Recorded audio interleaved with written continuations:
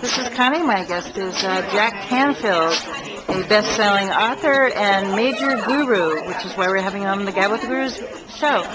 So, Jack, it's such a pleasure to have you today. Let me ask you, the economy is on people's mind these days. What do you think is the number one thing that they should be doing so that they can have a more productive and happy life right now? Well, I teach a little formula called E plus R equals O, events plus responses equal outcomes. We could also say economy plus your response to it equals the outcomes you're going to get. And what most people want to do is blame the event, the economy, for what's happening on the outcome level. So when the economy changes and it goes down, becomes more challenging, you can't keep doing what you used to do and still get the same result or a better result. You have to change your behavior. So the main thing that I teach people right now is to focus on your vision more than the economy. Focus on what you want to create in this economy.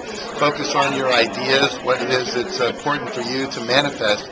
And every day spend at least 5 to 10 minutes sitting with your eyes closed, visualizing your ideal life. And then what that'll do is it'll keep you more focused on what you want to create than on the current reality. What I say is most people are more committed to their fears, their doubts, and current reality than they are to what they want.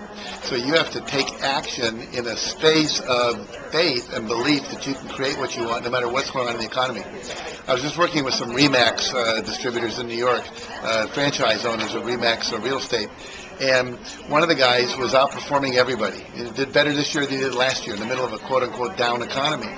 And when we talked to him, we said, what's your self-talk? What do you say to yourself? Because most people are saying, oh, it's a bad economy, there's nothing I can do, they're not making any sales, the mortgage crisis, etc. And he said, I just tell myself I do well no matter what the economy's doing. And so you have to monitor your own thoughts, the images you're holding in your head, and your actions and your behaviors. And don't ever let the current state of economy affect you. I saw a wonderful poster. It said, I've heard there's a recession. I've decided not to participate. And so you want to be one that says, I don't care what's going on out there. I'm going to be committed to this. So what you also want to do is read uplifting literature and books. Listen to uplifting CDs and audio programs. Only watch things that are constantly uplifting you. One of my friends said recently that CNN stands for constantly negative news. If you're watching the news, you're going to be depressed because all they do is tell you about the sensational bad stuff that's going on. And yet there's only about 15% unemployment in the worst places, maybe some are 20. Even in those places, 80% of the people are still employed.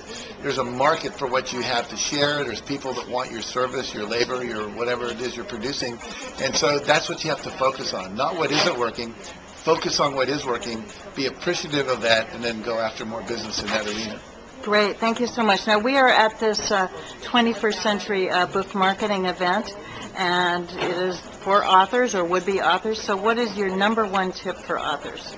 Well, I never have a number one of anything because if it was only one, so many great ideas. 7-page book, it would be done.